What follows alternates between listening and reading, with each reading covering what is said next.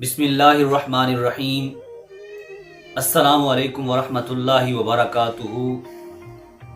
امید کرتا ہوں کہ تمام دوست خیریت سے ہوں گے۔ اللہ تبارک و تعالی ہم سب کا حامی و ناصر ہو۔ آج کی اس ویڈیو کے اندر بیان کیا جائے گا ان مواقع کو جن کے اندر اللہ تبارک و تعالی اپنے بندے کی دعا کو رد نہیں فرماتا، قبول فرماتا ہے۔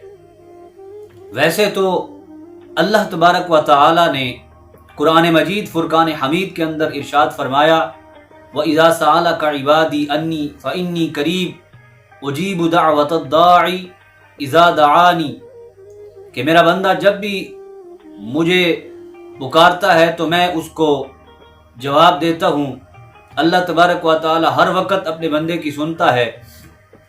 ہمارا یہ عقیدہ ہے، ہمارا یہ ایمان ہے۔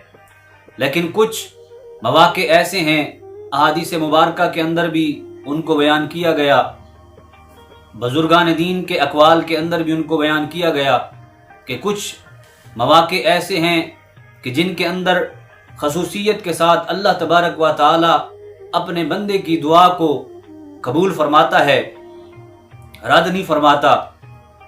مثال کے طور پر شب قدر کی جو رات ہے، اس رات کے اندر مانگی ہوئی ہر دعا اللہ تبارک و تعالی اپنے فضل سے قبول فرماتا ہے۔ شب قدر ایک ایسا عظیم تحفہ ہے اس امت کے لیے کہ اس رات کے اندر اللہ تبارک و تعالی کے فرشتے بھی زمین پر اترتے ہیں اور بندوں کے لیے استغفار کرتے ہیں، اور اللہ تبارک و تعالی کی رحمت کا نزول اجلال بھی ہوتا ہے۔ تو یہ شب قدر اس رات کے اندر، یعنی قدر والی رات جو ہے، اس کے اندر جو بھی دعا مانگو تو اللہ تبارک و تعالی اس دعا کو قبول فرماتا ہے۔ اور اسی طرح عرفہ کے دن بھی اللہ تبارک و تعالی اپنے بندے کی دعا کو قبول فرماتا ہے۔ عرفہ کے دن خالق کائنات سے جو بھی دعا مانگو تو اللہ تبارک و تعالی اس دعا کو قبول فرماتا ہے۔ اسی طرح ماہ رمضان المبارک ویسے تو ہر گھڑی اللہ تبارک و تعالی کی نعمت ہے، لیکن بالخصوص سحری کے وقت اور افطاری کے وقت جو بھی دعا مانگو تو اللہ تبارک و تعالی اس دعا کو رد نہیں فرماتا۔ اللہ تبارک و تعالی اپنے فضل سے اس دعا کو قبول فرماتا ہے۔ اور شب جمعہ، یعنی جمعہ اور جمعرات کی جو درمیانی شب ہے، اس شب کے اندر بھی اللہ تبارک و تعالی سے جتنی دعائیں مانگو اللہ تبارک و تعالی تمام دعاؤں کو قبول فرماتا ہے۔ یہ رات بھی بڑی بابرکت رات ہے۔ اس رات کے اندر اللہ تبارک و تعالی اپنے بندے کی دعاؤں کو رد نہیں فرماتا۔ اور اسی طرح جمعہ کے دن امام جب منبر پر بیٹھتا ہے، امام کے منبر پر بیٹھنے کے بعد اور سلام پھیرنے تک جو بھی دعا مانگو تو اللہ تبارک و تعالی قبول فرماتا ہے۔ اور ان ساعتوں کے اندر آپ دل کے اندر بھی خالق کائنات سے اپنی التجاؤں کو، اپنی دعاؤں کو بیان کر سکتے ہیں، عاجزی کے ساتھ، انکساری کے ساتھ دعا مانگ سکتے ہیں۔ اور آدھی رات اللہ تبارک و تعالی کی رحمت کا وقت ہوتا ہے۔ آدھی رات کا وقت بزرگان دین کے اقوال سے بھی ثابت ہے کہ وہ اٹھ کر وضو فرما کر نماز تہجد ادا کرتے اور پھر اللہ تبارک و تعالی سے دعائیں مانگتے۔ تو آدھی رات کے وقت بھی اللہ تبارک و تعالی سے جو بھی دعا مانگی جائے اللہ تبارک و تعالی اس دعا کو قبول فرماتا ہے۔ اور اسی طرح پہلی تہائی رات اور آخری تہائی رات، ان اوقات کے اندر بھی اللہ تبارک و تعالی سے جو بھی دعا مانگو تو اللہ تبارک و تعالی ان اوقات کے اندر بھی بندے کی دعا کو رد نہیں فرماتا، قبول فرماتا ہے۔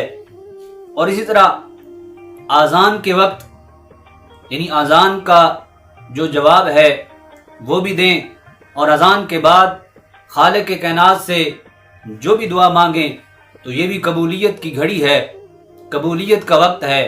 اللہ تبارک و تعالی اس وقت کے اندر بھی اپنے بندے کی دعاؤں کو قبول فرماتا ہے۔ اور اسی طرح اذان اور تکبیر کا جو درمیانی وقت ہے، اذان ہو جائے اور جماعت کے لیے جو تکبیر پڑھی جاتی ہے، ان دونوں چیزوں کے درمیان جو وقت ہے، اس وقت کے اندر بھی اللہ تبارک و تعالی اپنے بندے کی دعا کو قبول فرماتا ہے۔ اور میدان جنگ میں صف بندی باندھتے وقت بھی اللہ تبارک و تعالی سے جو دعا مانگی جائے تو اللہ تبارک و تعالی اس دعا کو قبول فرماتا ہے۔ یہ بھی جو وقت ہے قبولیت کا وقت ہے۔ اور اسی طرح عین جنگ کے وقت جب مسلمان کفار کے ساتھ لڑ رہے ہوں، جنگ بندی ہو رہی ہو، تو اس عین جنگ کے وقت کے اندر بھی خالق کائنات سے، مالک کائنات سے جو بھی مانگا جائے تو اللہ تبارک و تعالی اس کو قبول فرماتا ہے۔ اور فرض نمازوں کے بعد اللہ تبارک و تعالی سے جو مانگا جائے اللہ تبارک و تعالی اس کو بھی رد نہیں فرماتا، وہ بھی اپنے بندوں کو عطا فرما دیتا ہے۔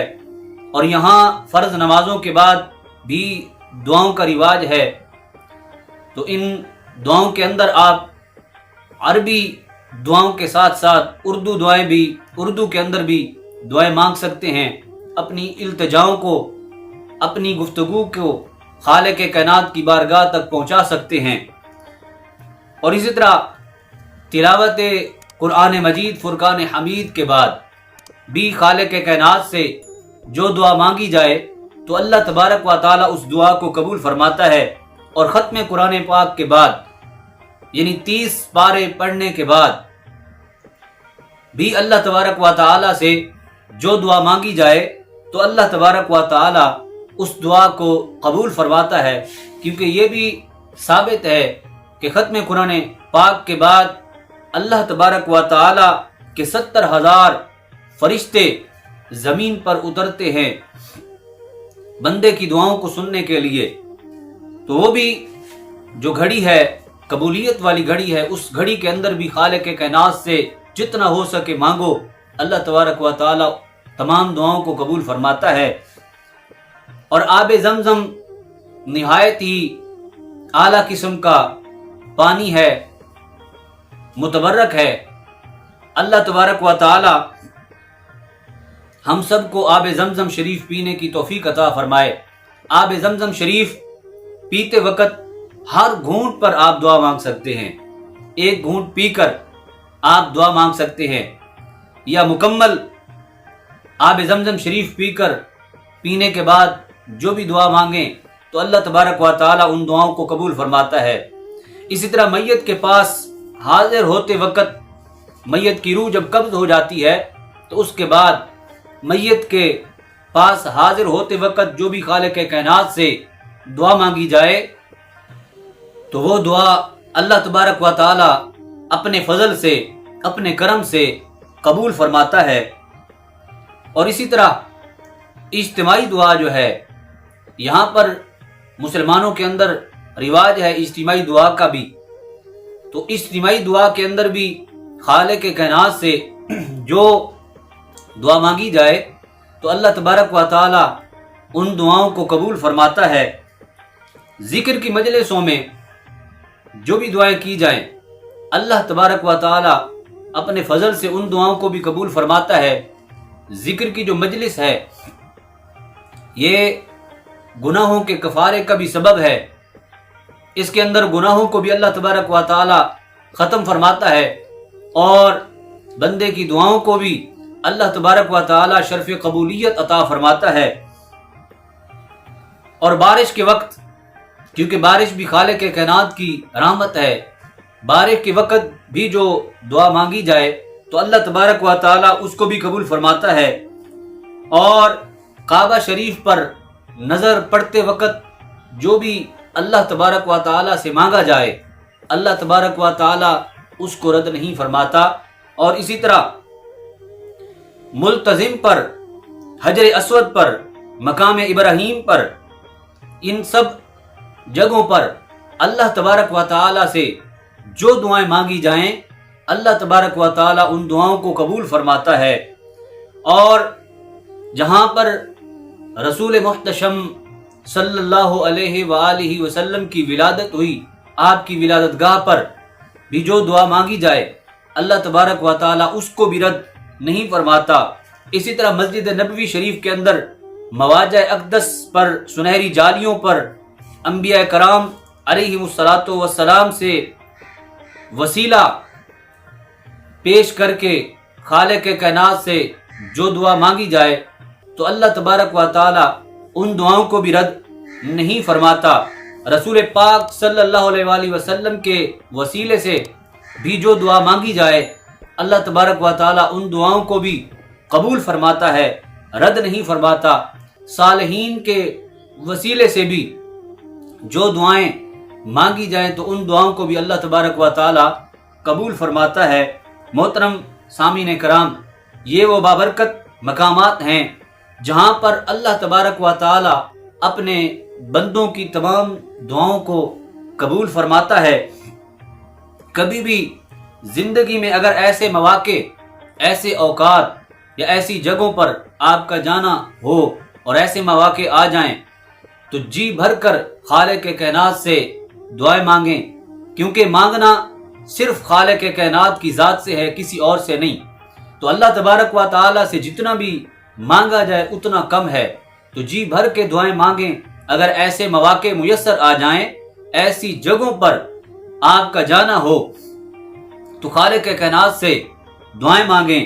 شیطان آپ کو لاکھ سستی دلائے گا، شیطان آپ کو روکے گا، لیکن اللہ تبارک و تعالی خوش ہوتا ہے اگر اللہ تبارک و تعالی سے اس کا بندہ کوئی سوال کرے، کوئی چیز مانگے، کوئی دعا مانگے تو اللہ تبارک و تعالی اپنے بندے کی تمام دعاؤں کو قبول فرماتا ہے۔ آخر میں آپ تمام دوستوں سے گزارش ہے کہ ویڈیو کو لائک کریں، شیئر کریں اور ہمارے اس چینل کو سبسکرائب کر دیں تاکہ ہر نئی آنے والی ویڈیو آپ تک آسانی کے ساتھ پہنچ سکے۔